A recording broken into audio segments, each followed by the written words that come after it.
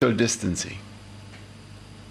Every business premise must determine the maximum number of staff and customers permitted at any one time based on the social distancing guidelines and may not exceed that limit. Coming to curfew. The nationwide curfew will be extended from 9 p.m. to 6 a.m. Apart from permitted workers and for medical and security emergencies, nobody, and that means nobody, is allowed outside their place of residence during curfew. Non-essential establishments, including shops, restaurants, bars, and all cultural venues, must close at 8 p.m. The lists of these establishments will be released shortly. We now know that the simplest and most effective way to reduce transmission of the coronavirus is to wear a cloth mask that covers the nose and the mouth whenever in public. Until now, the owners and managers of shops and public buildings, employers and operators of public transport have had a legal responsibility to ensure that everyone entering their premises or vehicle is wearing a mask. But given the grave danger our country now faces, the adjusted Level 3 regulations will make every individual, meaning everyone, responsible legally for wearing a mask in public.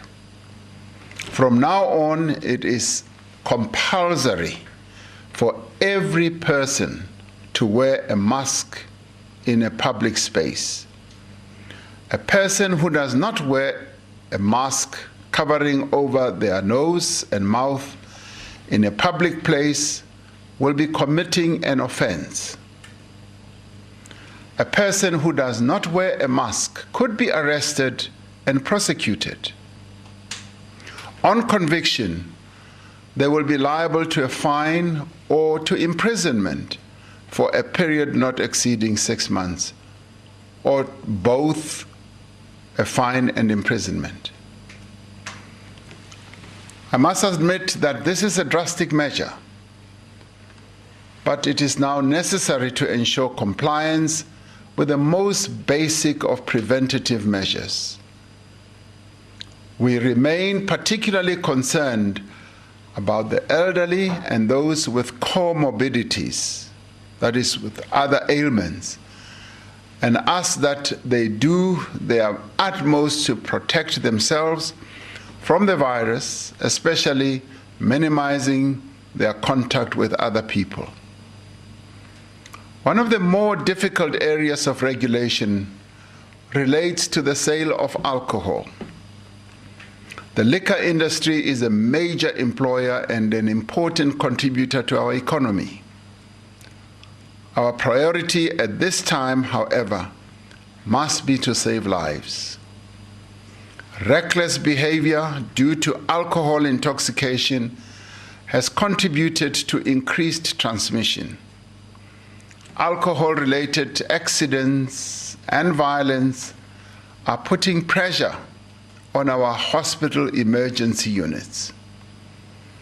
As we head to in the early days of the lockdown, we now have to flatten the curve to protect the capacity of our healthcare system, to enable it to respond effectively to this new wave of infections.